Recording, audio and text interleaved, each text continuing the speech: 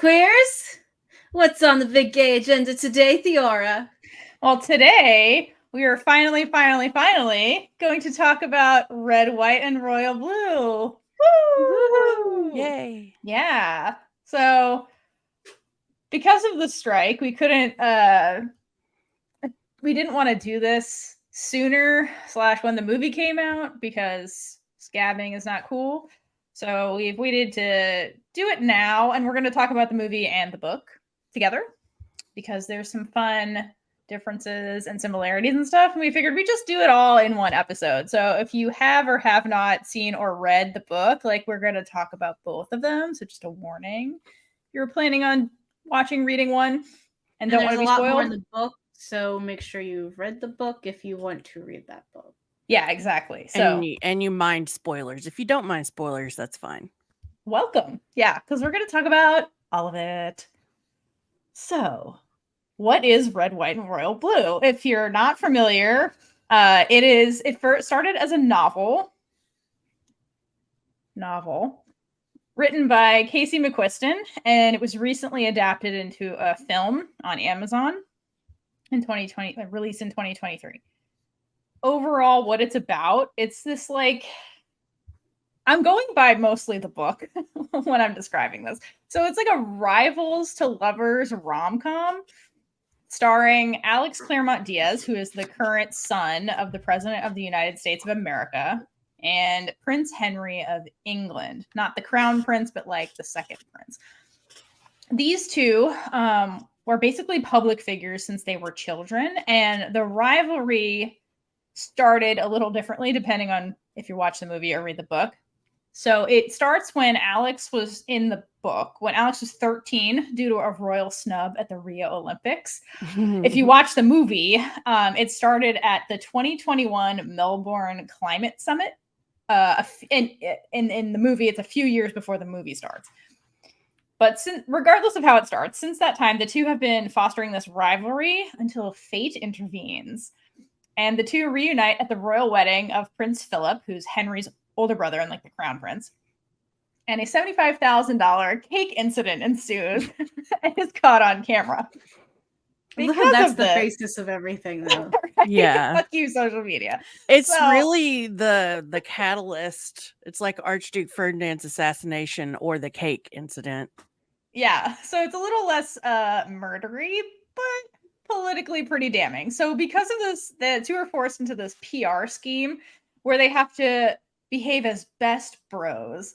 And through this ruse, the two get to know each other better. Oh, so much better. Amazing. Very much better. Intimately, if you will. Intimately, indeed. So before we just straight up spoil scenes, I thought we'd start with just like, who is your favorite character? Or like, we'll start with favorite character. Did you have a favorite character in the movie or book? Doesn't matter.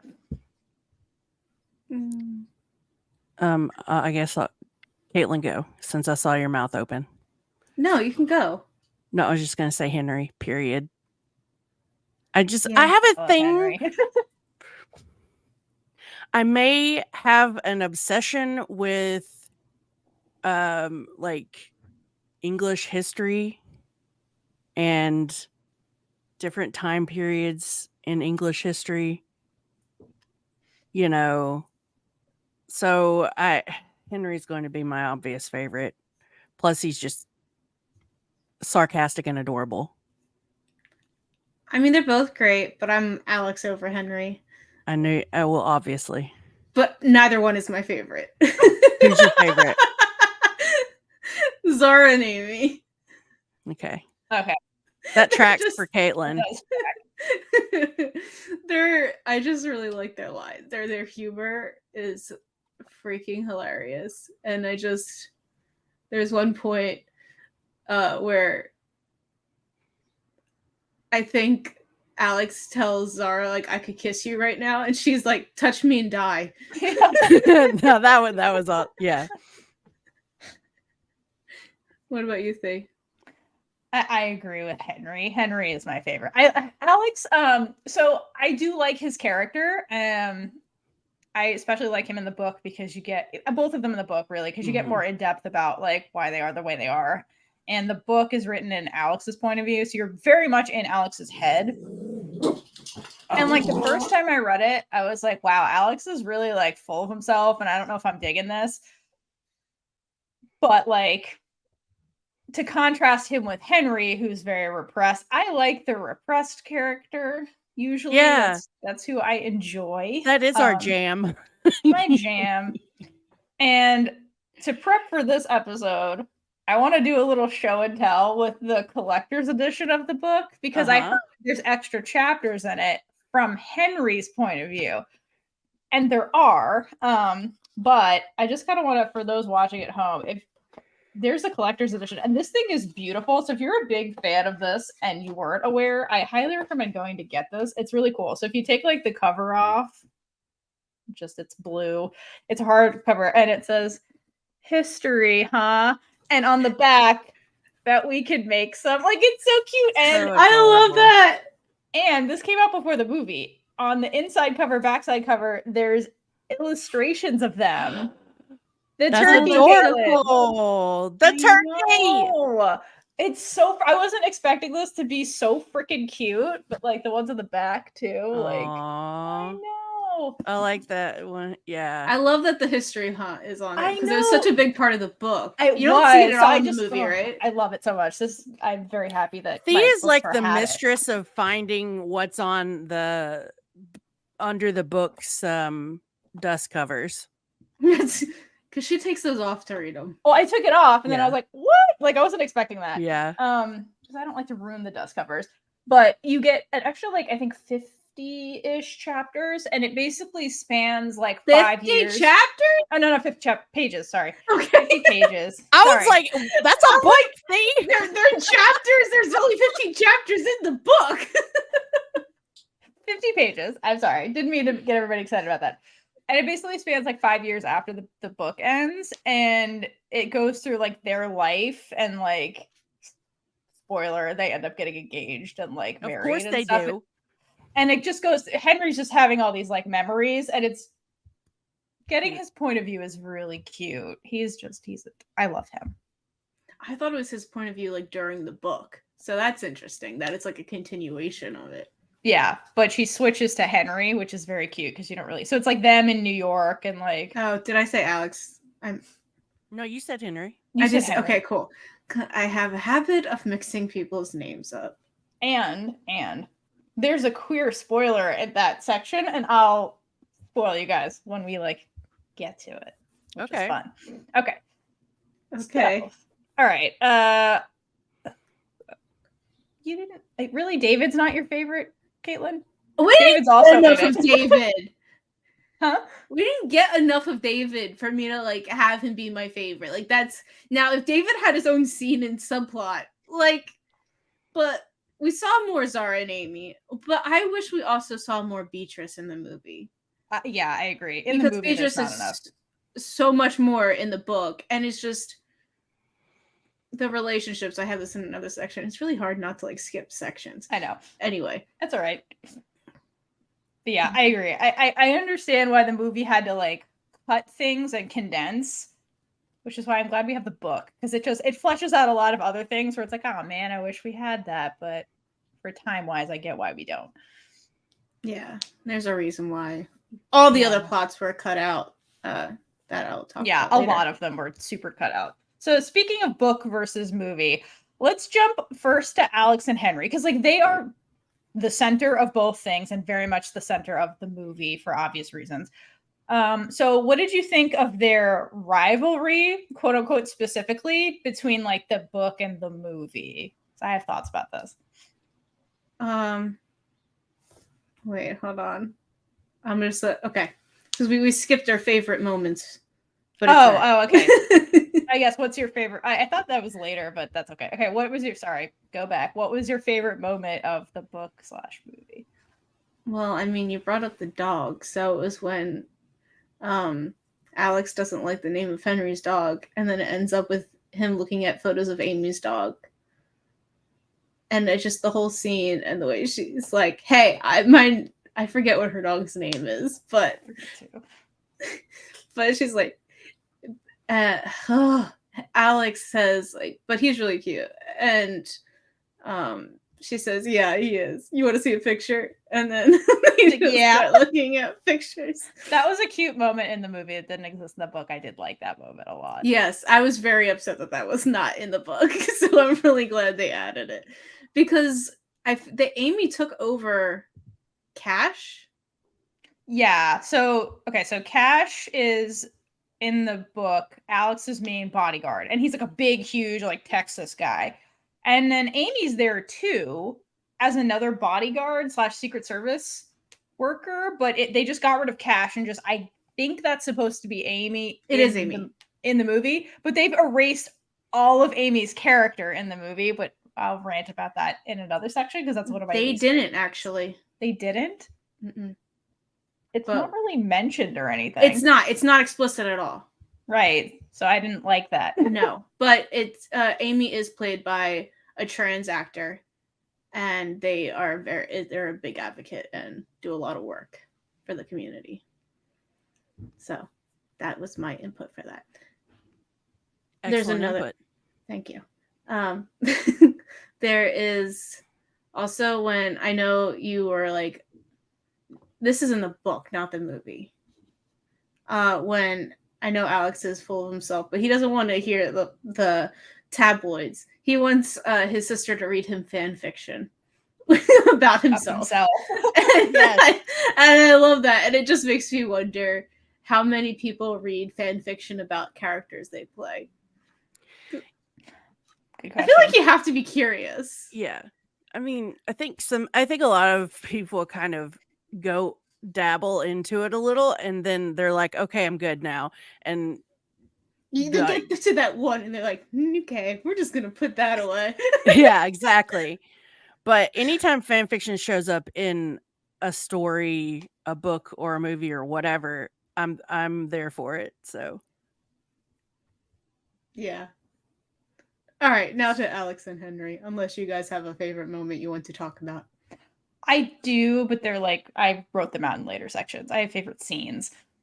Yeah, well, I'm waiting for the turkeys. Don't worry. Yeah.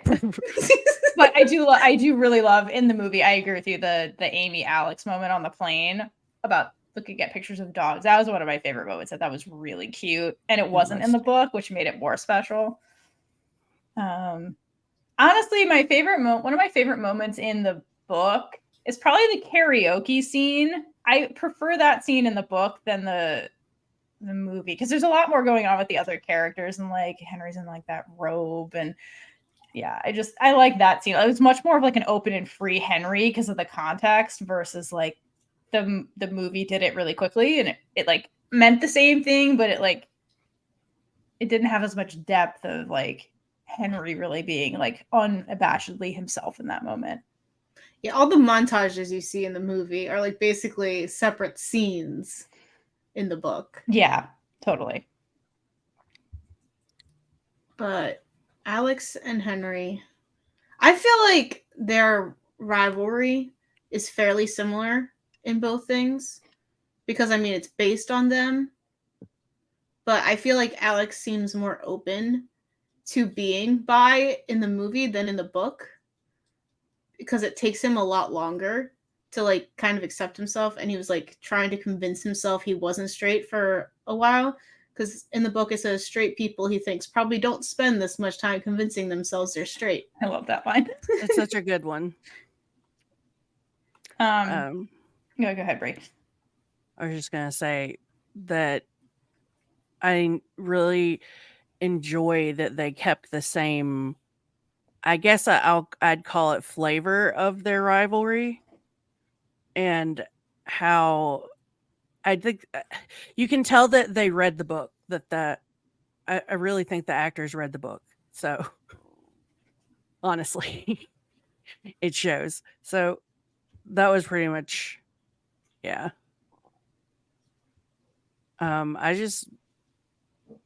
There were the moments that they did have in both were really done well.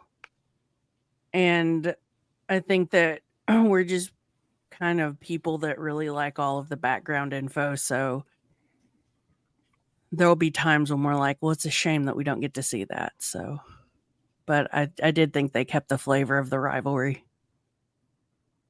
Yeah, I think that's fair. And the you know, again, it's a 90-minute movie. They like had to condense a lot. So like the pacing in the movie was good, which is not always the case in movies. 120 minute. That's close to 90 minutes. Okay. 10 minutes off. I estimating.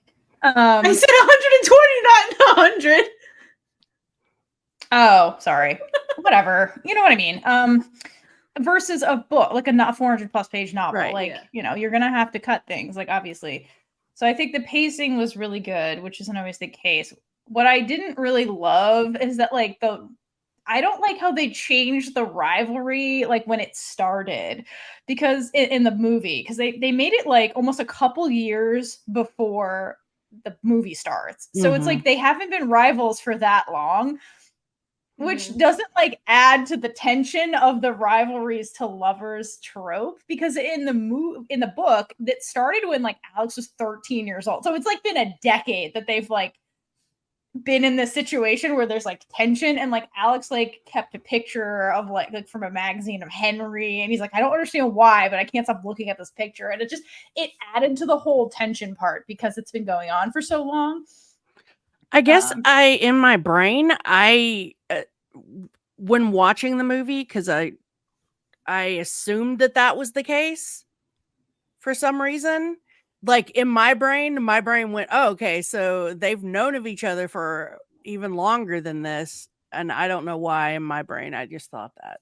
Yeah, Maybe no, they say it. They melded say together. 2021 in the movie. Everything, I forgot that. started. I think I erased that part in my brain. Yeah, It makes more sense that if he was 13, because it makes sense that he would hold a grudge over one meeting. Yeah, no, Right. exactly. That's who Alex is. So like, yeah, I think that like parts of Alex's personality kind of got erased when they made that little change. And it just it lessens the rivalry part for me and like the tension part. It would have been easy to just say that though. I know. To just have that be a little bit of background. It would be interesting. Like, I want to know why they decided to change just that part. Yeah. I understand why they're like climate conference versus like Olympics, because politics, but I don't know why they had to be like a year before this movie started. So yeah. I'm with Thea on this one again. Yeah. So just for me, I prefer the long tension building. So I didn't like that change. But unless the timeline of the parents in the politics has changed as well. Well, here's the deal. Like his mom would have been president at that time in 2021 because she's up for re-election and it's 2023. So like in order to be president, you have to be in politics for like a very long time before you're president. Typically, unless you're Taylor Swift? TV star. yeah. Or Taylor Swift and you're running for president.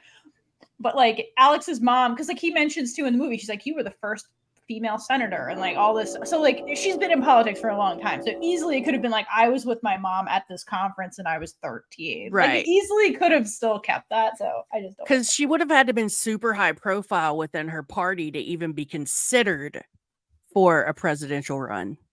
Exactly. But one sec, sorry. Scene. Okay, Kaitlynn, what were you saying before I had technical difficulties? Well, I was going to talk about how in the movie, when Henry and Alex first see each other again, Henry does snub him because Alex was trying to be nice and be like, hey, how's it going? Or something like that. And Henry just walks away from him. Yeah. Yeah. I'm like, I'm sorry. I'm supposed to like Henry over Alex right now?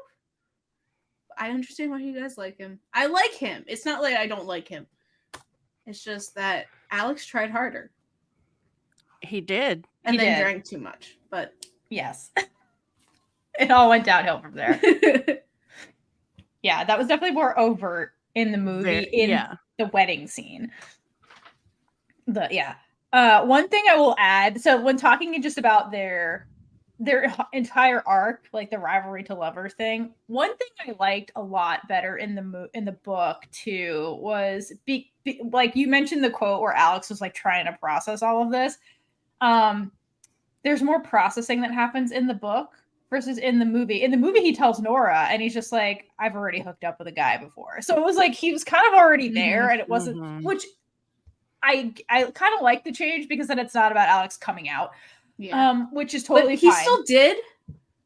Yeah, I guess like he came out, but it's not about him. Am I queer? Am I not queer? It wasn't about that part. It was just about I got publicly outed because of this relationship. It was kind of that's what it was, which I'm down for that angle. Like we have tons of coming out stories. Like I'm totally fine. The thing that I liked about his process and journey in the book is then we get the that stuff I was doing with my friend younger. The Liam Travis, the Liam character. Oh my gosh, I'm like, wait a minute. How do you not know that if you do something? Which I just love the like oblivious nature of that from Alex's point of view. He's like, that stuff we were doing, was that gay? I don't care if you're practicing. It's still gay shit. Listen, you say that, but I literally, my best friend, when I was, younger, was like, it's okay. That doesn't make us gay. And I'm like, you're both gay okay, now, cool. Though, right? Huh? You're both gay right now, aren't you? Well, she's bisexual. Okay. Queer, yeah. Queer.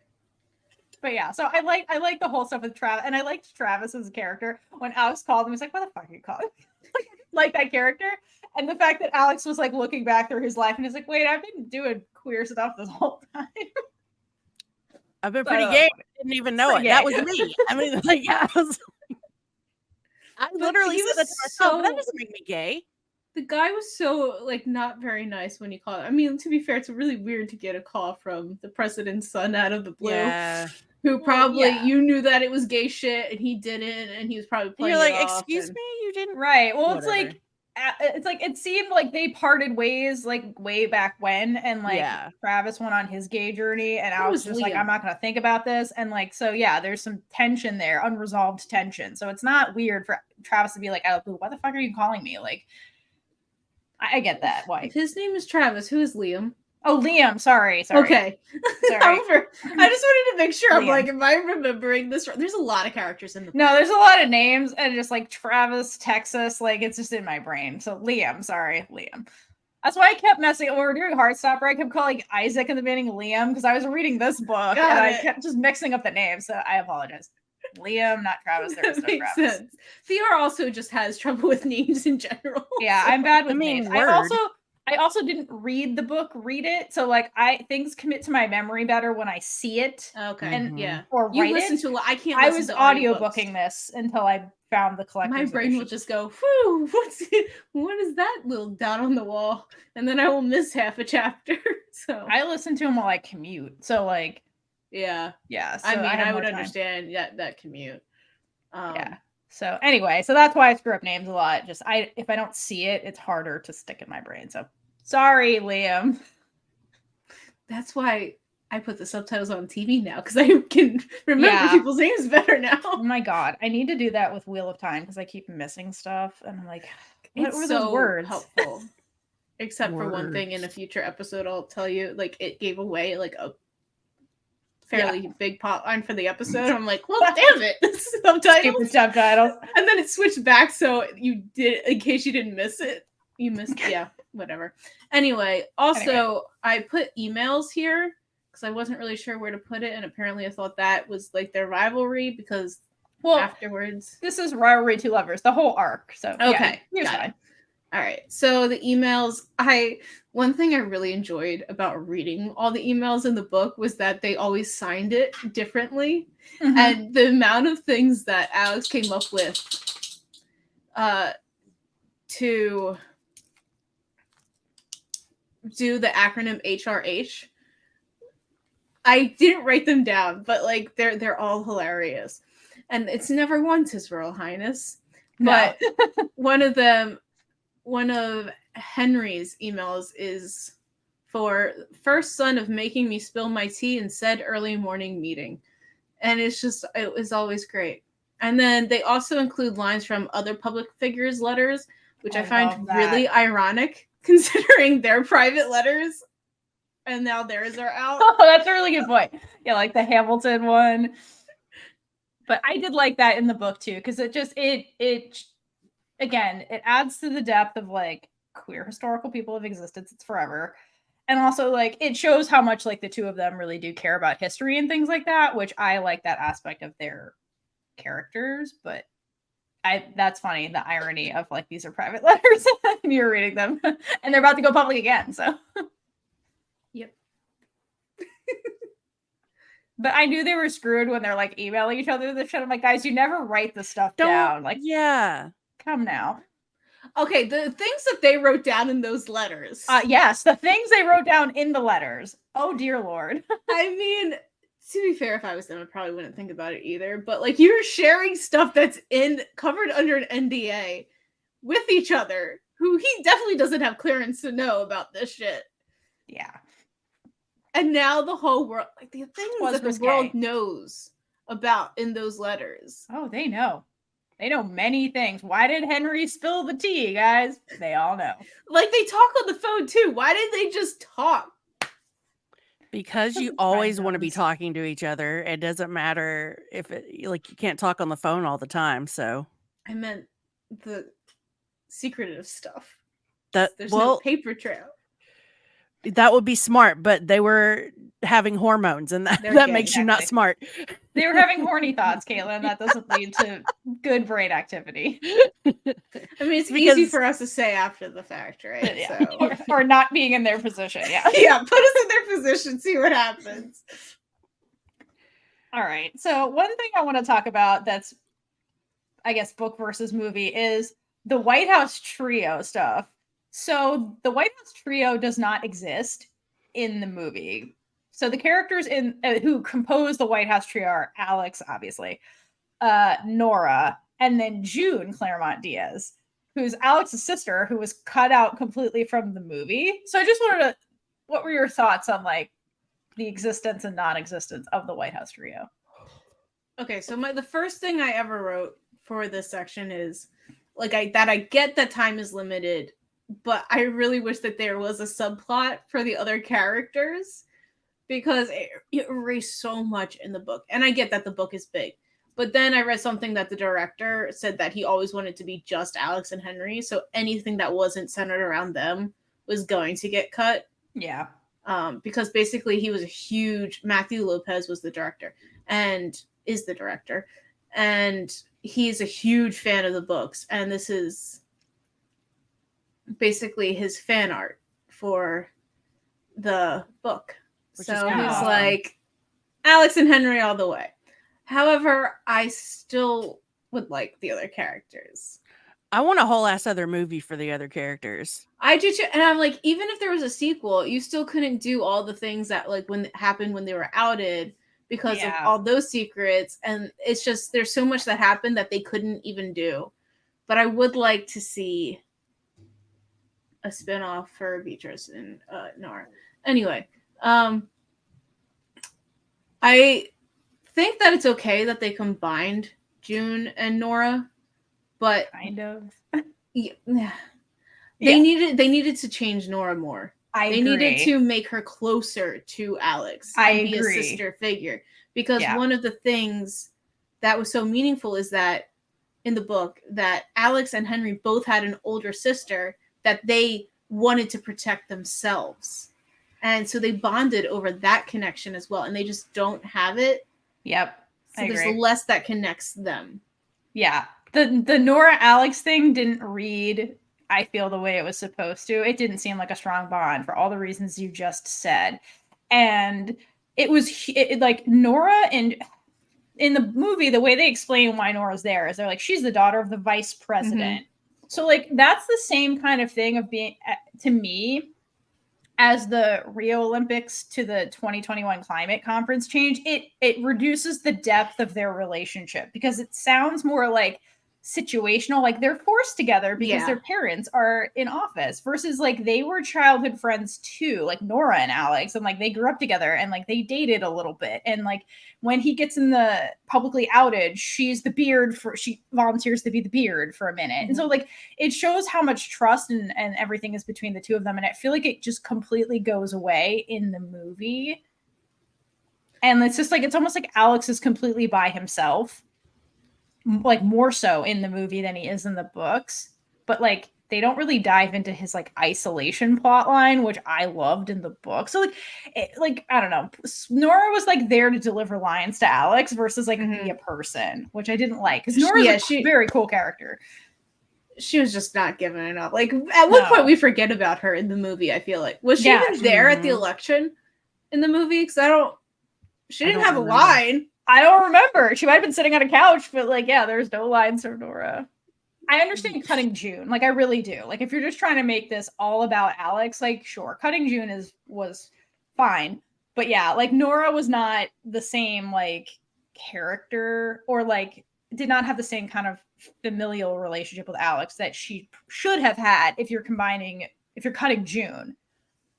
Because like they were the two of them were his support system, like, you know. So it's just like Alex had no support system and it didn't seem to matter in the movie, which is weird because that was Alex and his support system was so huge. Someone that understands him and that's there for him. Yeah. Like, besides Henry, because like he needs someone to talk to. Right.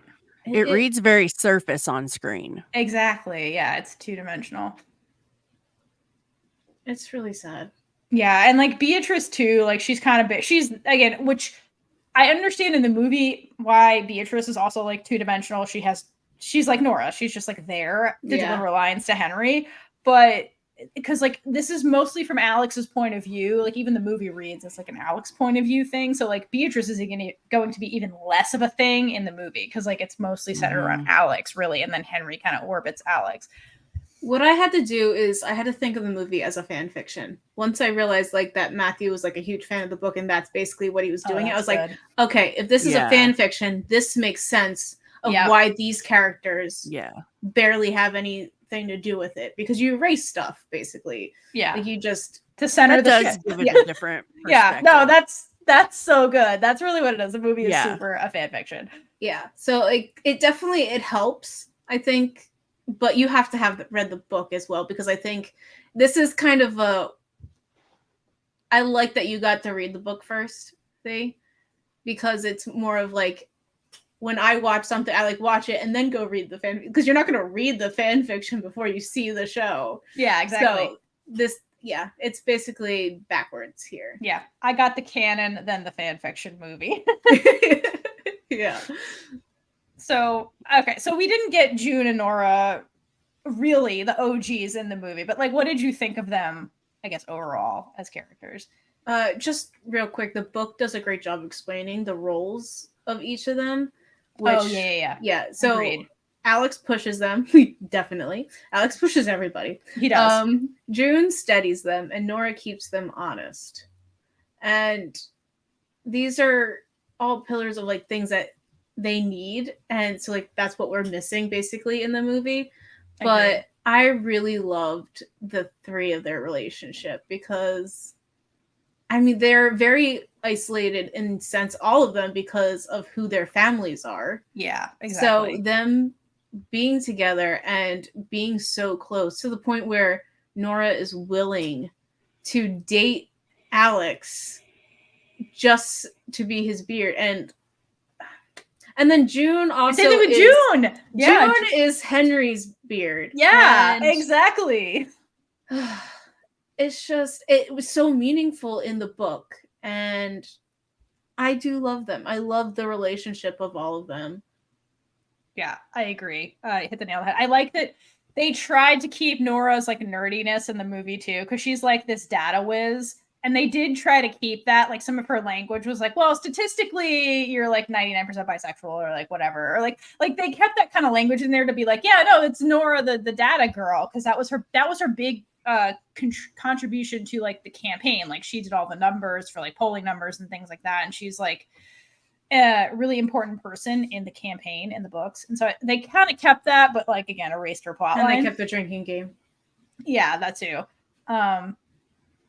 Yeah, so and then I love June and Nora and Alex for all the reasons you said, that the support system. And I like that you brought up the fact that something all the characters I think really have in common, like the three of them, the White House trio, and then Henry, Beatrice, maybe Pez to an extent, is that they're high profile people. So because of that, they're in the public eye. And so they have this I think they end up bonding over that because they're in this unique position where like you have bodyguards and like you're limited about where you can go and like who you can talk to and you have to sign NDAs and things like that. So I think that like that helps foster the ultimate friendship all of them make with each other. And so yeah, I like them a lot as characters, and Nora's like a queer person and kind of helps Alex through his journey a little bit, and they're just ride or die friends, you know. I love that about them. I feel like Nora really wasn't that queer in the books either. Nope. I feel like well, that's a gripe I have later. The movie erased a lot of the other queerness in my mind. It might have been there, but not discussed. But like the book is way queerer than just like Alex and Henry. But like I don't remember her like that really being addressed. Nora? In the book. Yeah, they definitely talk about like it's mentioned. Like Okay. her and Alex talk about it. All right. Yeah, fine. like I don't think she has a label, but she's like definitely fluid and stuff like that. I love Kaitlynn. All right, fine. I don't know. It was a long book, and Yeah, it's a long book. You can't remember everything. Yeah, I've only read it once, so like I can't argue it. Because there's so much to remember. Basically, I can remember the scene. I didn't remember that they went to a museum in the movie. That's how bad it was. There's too many scenes. So let's continue. Speaking of scenes, I hope you remember the 75,000 cake disasters. If you You don't, mean the we've one got a that's on problem. the posters? Yeah, the one that's in your face.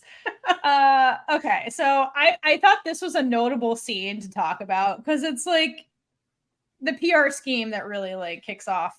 This is what you told me about this movie. Like this is the only thing I knew going into watching this movie is the $75,000 cake.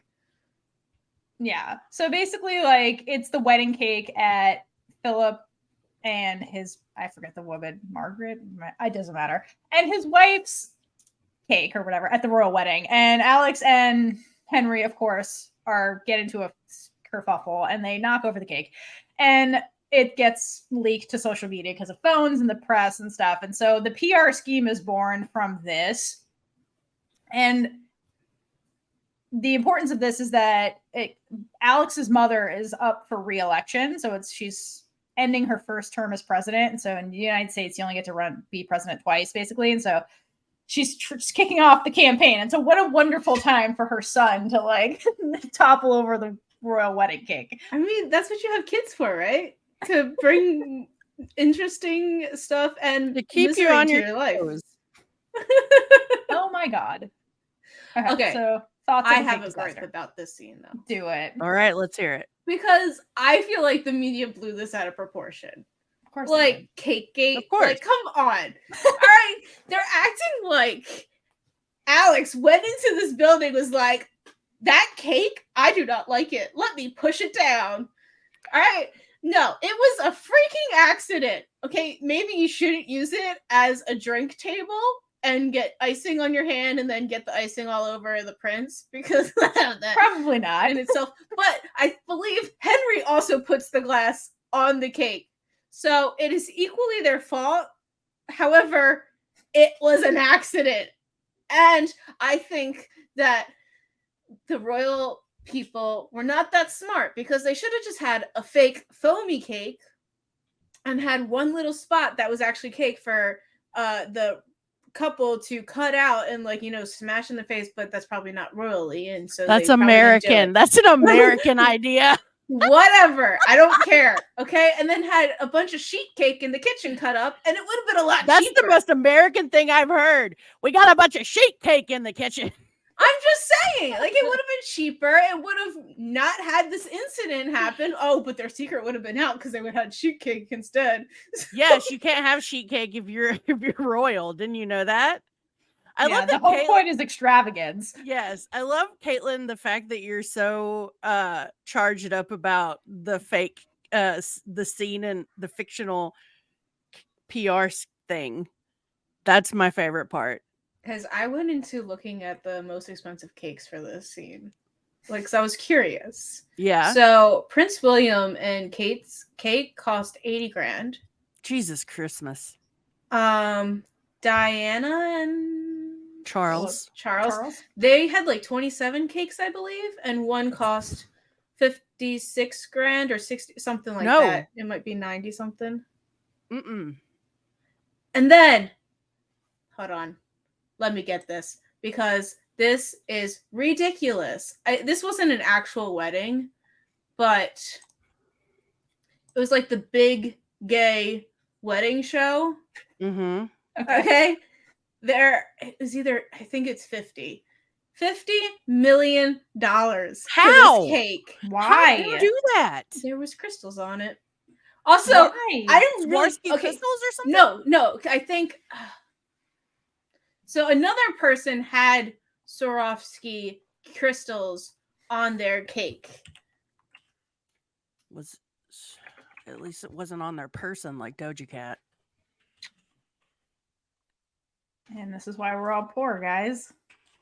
It was wealth inequality. Oh, it was Gucci Mane. Oh my god. And Keisha. Gross. I believe they had 2,500 Swarovski crystals in between each of their tiers. So they're okay. So that makes sense because they weren't eating them. But if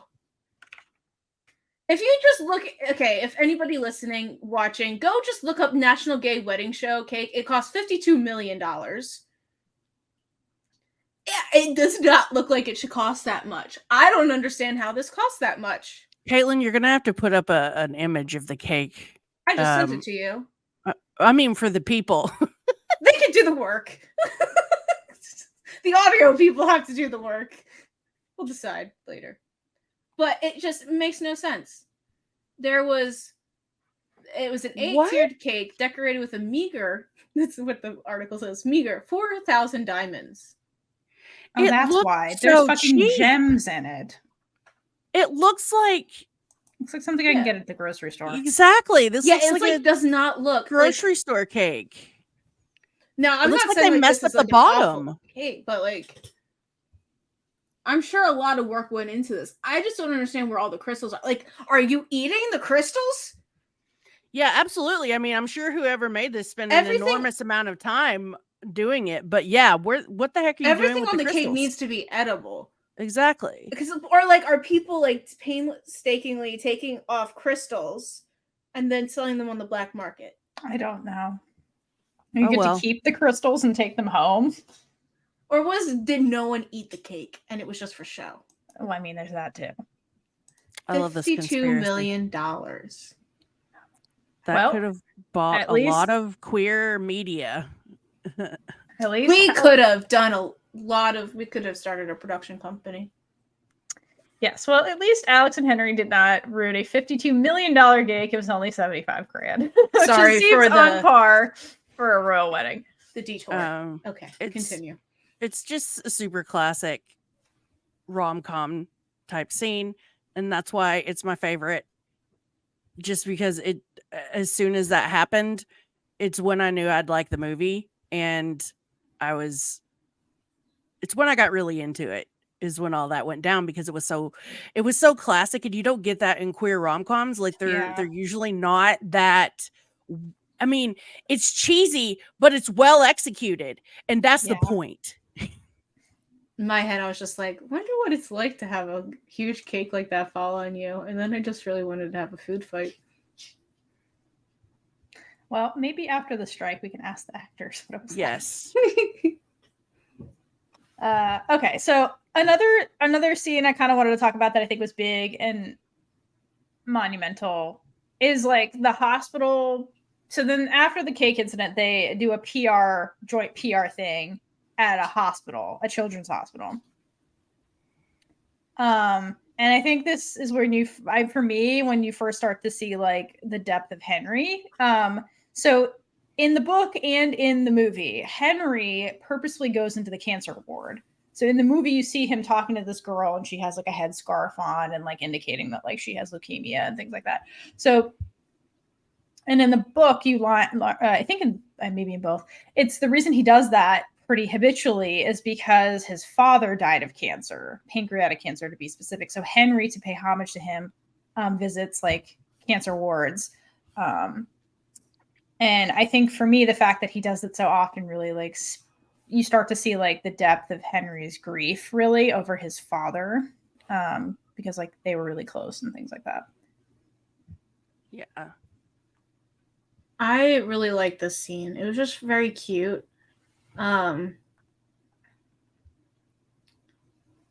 thing in the book, I feel like you see more of them not really thinking about it as a PR stunt. Like they weren't there for the cameras, where in the movie, I feel like it looked like it was just more for show. You did get that like short shot of Henry with the kid, but and Alex too. He does like a reading or puppet show or something in the movie. Oh yeah, it's really quick. But yeah, it's just not enough. And it was just like that whole thing of them like not even realizing, like the kid falls asleep next to Alex, I believe, and like they're just with them for so long, and you just don't get that much in the movie. Which I mean, again, I guess. Yeah. Like we said, you lose the depth of it, and you lose some of the characterization. So unfortunate, but there you do, with the loss of Henry's father, have you get this, I guess I kind of like identified with him in that aspect when he's going to, like this isn't just going to see sick kids for him. It's a way to connect with people that understand, his grief and where his sorrow over his father's. It's almost like a healing thing. Yeah, totally. So I totally get that, and I enjoyed that whole aspect. Okay, one little thing that is missing, and yeah, things are going to be missing from the movie, obviously, but thing in the book that was mentioned that I loved is when Henry is talking to that child, and he's trying to comfort her, and he's like, they start talking about Star Wars, which comes up multiple times in the books about Henry. Like Henry likes Star Wars, and she mentions something about like the girl he's talking to mentioned something about wanting to kiss Han Solo, and he's like, I think you have the right idea.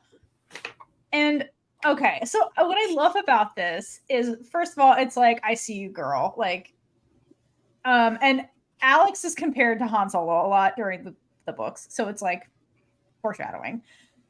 And I love that Henry's like love of Star Wars is really, it gives you a good hint of his character, because the whole point of Star Wars and like siding with like Han Solo and like the rebels, quote unquote, is that the rebels were like against the Empire, and the Empire, aka the British Empire. So it's interesting that the Prince of England is like, yeah, go rebels, when in that context, like he would be the Empire.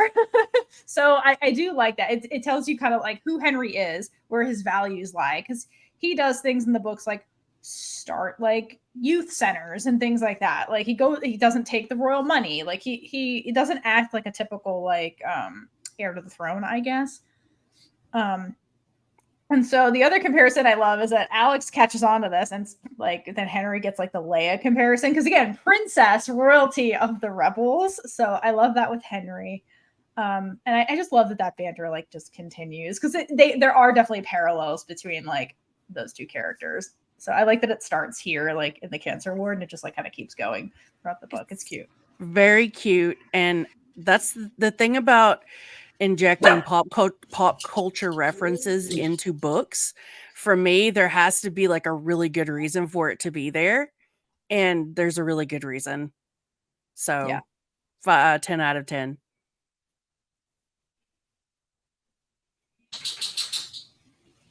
Hi.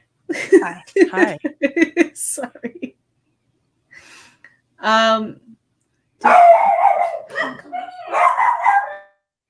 They're just singing to you. They are. Did we go through them in the closet? I'm gonna go back. Okay. Because this circling back, that just tied in. Got it. I was like, I don't think she said all of this, so that's why. Okay, go ahead. Yeah. So if that's all for the cancer, I'm gonna go to the next scene. All right, so after they're done with the cancer, like while they're in between all of that, there's an incident where loud noises happen and it's potentially gunfire. So the Secret Service their bodyguards basically just like shove them in a closet. Like the irony of that, I love.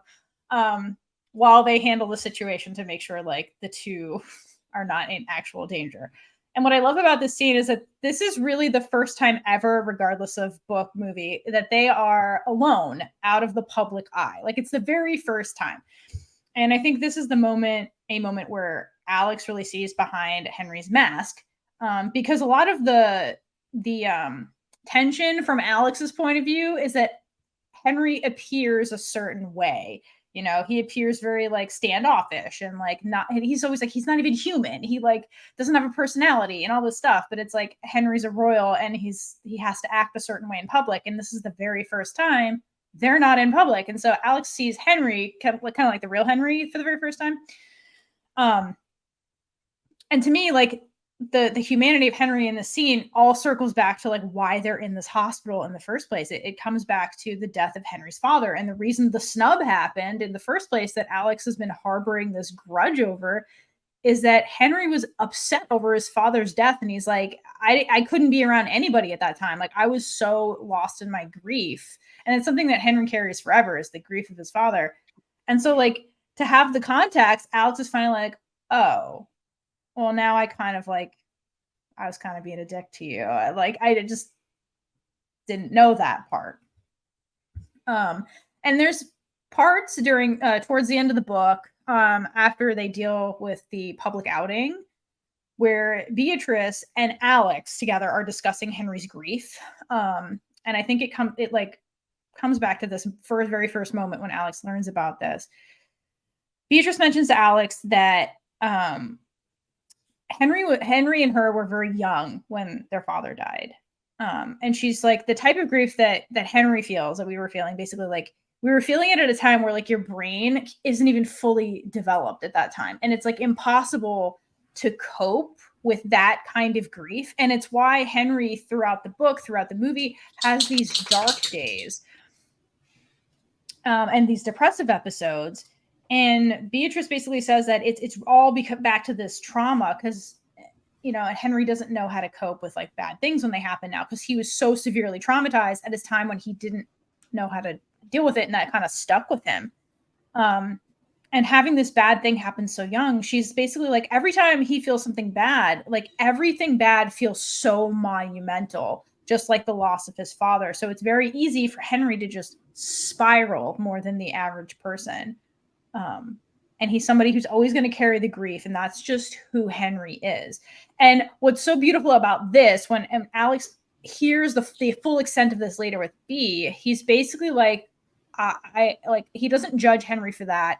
It doesn't turn him away from Henry. At that point, he's known him for so long that he's like, I just want to understand what's happening. But Alex understands that he kind of can't. It's like, it's something that Henry's always going to have. And he's like, I love him regardless, with the grief and all. And he just gets into this position where he's like, I just have to learn to support you when you're having dark days and things like that. So it's like, this is something that haunts Henry his whole life. And Alex, once he really starts to understand that like this big thing really shaped Henry into who he is, he just really learns to like love him with all his flaws and like learn to support him when he's feeling like that, rather than like start another rivalry, you know? Yeah. I mean, I really like that them getting forced into the closet, like really forced them to talk. Because, I mean, the biggest thing is that he misunderstood Henry, because I need to get out of here is definitely different than get me out of here. Yeah. And I feel like if Alex would have heard those words, maybe he wouldn't have felt the same way. But I think because of his anxiety of being there, because he talked about how this was in the movie, because this wasn't, yeah, this is the movie. The book, it wasn't like this, but that this was his first time out in public. So he was like kind of like counting on, which is also weird because he was definitely in past things, but whatever. Yep. But for the purpose of that scene in the movie, he was hoping that Henry could help him through it. But so they're both just at very hard parts of their life right now. Yeah. Yeah. I mean, there is no way for them to actually know those deeper things in those moments, so it made sense. I do like that in the movie, neither of them was actually an asshole to the other. It was Yeah. just like fully misunderstanding. So it was like very easy to Absolutely. be like, oh, okay, so you're not an asshole. Yeah, Absolutely. So, like, the banter that happens when they think that is fun, and I wouldn't erase that. I like that. Not at all. It was great. Speaking of tension, misunderstandings. Let's talk about the Thanksgiving turkey scenes. Because I know Kaitlynn has thoughts. I have thoughts about. This is my longest scene I have notes for. I know, I'm excited for this. I want to hear all of your thoughts. Do you want to go first, Theora? Okay, first of all, I just want to set the scene if you haven't read and or watched the book. So in the movie, basically it's very fast. It's just Alex is on the phone with Henry and they're talking on the phone. Okay. And he's got this big turkey in his room because in America, there's this weird America. We have to prove we're merciful while celebrating the slaughtering of the indigenous people by not killing 2 turkeys ceremonially and then later eating turkey. So it doesn't make any sense. It's like this big show America. Of like, we're merciful. It doesn't make any sense. So it's a thing, pardoning of the turkey, where the president pardons selected turkeys and they just get to live their happy turkey lives. So in the movie, Alex has the turkey and he's on the phone with Henry and he's complaining that the turkey is scary and he's like, it's in my room and blah, blah, blah. And then like they go on to have like a very long phone conversation. Okay. In the movie, you miss the full context of that scene though, because in the book, Alex is a lot more politically involved. And when it comes time for the pardoning of the turkey, he learns that what they normally do is they house the turkeys in their own separate hotel room. So it costs the taxpayers a bunch of money to house the turkeys. And he's like, that's stupid. What a waste of money. Just keep them at the White House. And he convinces his mom to save money by putting them in his room. So the fact that the turkeys are in his room is Alex's idea. So in the movie, it just looks like he just got dumped in his room, but it's like they're in there because of Alex. And but he literally begged her to put him in. Exactly. This is 100% his fault because he asked for this explicitly. So that is lost in the movie and makes this whole thing funnier for me.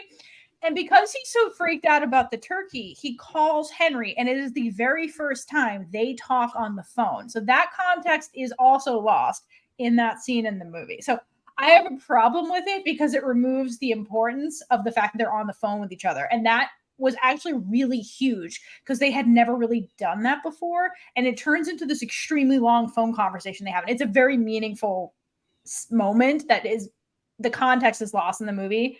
And I don't like that because I think that context is really, really important for like their relationship pacing and development. Okay, Kaitlynn, take it away. The first thing I say is that the scene needed to be a lot longer. Because it's so good. I love the book scene so much. It's good. I love that Alex is so stressed out because it's his fault that the turkeys are in his room. But that's not why he's stressed out. He's stressed out because the turkeys won't stop gobbling. And he thinks that they're going to pull a Jurassic Park and kill each other if he leaves the room, or kill him if he sleeps in the room. And I have a part of this. And I'm just going to read this how I think it's in his head. I think is this in his head, or is this what he calls Henry? No, it's text. Okay. So this is what I'm thinking his brain is going like, they know, he texts Henry, they know I have robbed them of 5-star combinations to sit in a cage in my room. And the minute I turn my back, they're going to feast on my flesh. So basically he has guilt about eating turkey for Thanksgiving. Oh yeah, 100%. In the book it's 2 turkeys. In the movie I believe it's just 1 turkey. Yeah. So also I forget what the one is. It cranberry? I was just thinking that like what were their names? Was it like corn cob and like it was kitschy? I can't remember. No, the one turkey's name is called stuffing, which I feel like you shouldn't name a turkey stuffing because it's kind of like turkey stuffing. It's like naming a pig bacon. Yeah, that's pretty fucked up. Yeah, so it's so American though. I'm gonna name you after your ultimate destination and then pardon you from that destination. It's so fun. I'm pretty sure it's like cranberry sauce and stuffing or something like that. It's stupid. But there are leaves. Why are there always leaves? When Henry pops up into the room, leaves leaves. explode. Heartstopper reference. Yes. It's all one cinematic universe, guys. Because, all right, so we started with the tree in Exo Kitty with those like there's a tree in this too. Yeah, kissed by a tree. And then we got the leaves in Heartstopper, and now there's more leaves and trees. So basically, leaves and trees mean you're gay. Yeah, we have a whole conspiracy happening. The leaves in Grey's Anatomy, where she realizes, she's like, when I put my glasses on for the first time, I could see the leaves. Oh yeah. Leaves I had that moment in real life though with actual leaves and glasses, but it's because you're gay, Kaitlynn. Okay, I was like you're gay. 12, and I was like, my God, the trees have leaves on them. Anyway, but like we were robbed. Yeah, we were robbed of Alex trying to make Henry listen to the turkey goblin. Yeah, that was so funny. Just listen to it. Good. Nothing. He's like, oh yeah, they sound ferocious. Yeah, I needed Henry's that half asleep. It was a cute scene. I needed that in movie form. I feel like they could have totally pulled it off. I mean, they're really good with comedic timing. They should have just had like, they're gonna eat me. Yeah, like after me. Listen to it, and then nothing happens. Like they could have done it really quickly, and it was such. I wonder if they did, and they just cut it. Oh my gosh! Send us the bloopers, please, or extended scenes. We do have bloopers. Did you see them? There's a few. Yeah, I haven't seen any. I want to say just released 2 days ago. I just want to say one thing off the leaves. One thing I did like, because again, what made this particular scene in the book so huge was the fact that this is the first time they talk on the phone, and it's such a long conversation that Alex has to plug his phone in because his phone was like dying during the conversation. So what I do love is how they kind of like did this in the movie versus like having like a long distance phone call. I like that they had Henry there with him. Because that's how it felt to Alex. And there's internal monologue from him, like when he's laying on the bed, I think, and talking to Henry and about to hang up, where he like kind of pictures Henry there and like what it would be like. He starts thinking like, what would it be like if Henry was with me? So I do like that in the film because like that is what Alex was thinking in the book. So I did like how they did that versus like having like a split screen where it's like Henry in his palace with David versus like Alex by himself with the turkeys and like just having a split screen. I like that they put them together. First of all, because then you get to see the actors acting together, which is way nicer. But also like this is told from Alex's point of view, and that is exactly what he was thinking in that scene in the book. So I did like that twist. Yes. Also, I really liked how the sound editor edited it too for his voice to sound like it was on the phone and he was still there. That was really clever. That was awesome. Because like as a reader, like as an audience member, like you're like it just that was so good because I love it. It drives the point home. It's good. Yeah, it drives the point home. Yeah. There's one thing that like irks me though is that they didn't have him plug his phone in, so Alex could have had his phone next to him and in like Henry's spot, because it didn't make sense that he was like face towards Henry with his phone behind him, because the sound, it would have been weird. Yeah, that is true. Like if he had AirPods in or something, maybe that would have made sense. Yeah. But yeah, you're right. No, you're right. totally. Just one of those things. But also, I love it, side note. Yes. In the book, Henry is watching the Great British Bake Off at the same time. And if Netflix had bought this movie instead of Amazon, there definitely would have been cameos and footage of that show in it. And we could have got them in Celebrity Bake Off, and that would have been amazing. Yes. And I need to see them interact with Prue and Paul. So if you haven't watched Bake Off, that's... Oh my God. Could you... All right, you know what? I'm making my own fan fiction here. They could... I love the kids version, the Great Junior British Bake Off thing. They could have hosted like hospital version one. And like volunteered there, and they were like the judges, and like that would be so cute. That would be so cute. All right, Kaitlynn's gonna write that fan fiction. I don't have time. Any ideas I give you people, take them and run. Just tag us after you do it. Yeah, tag us if you write that fan fiction. We want to read it. And with that, we've been Big Gay Energy. If you like this episode, check out all our other episodes right here on YouTube. Please like, leave a comment below, and subscribe for more amazing, super gay content. If you'd like to support us, check out our merch store, or join our Patreon for early access to episodes, exclusive content, and so much more. Until next time, stay safe and hydrate for lesbian Jesus.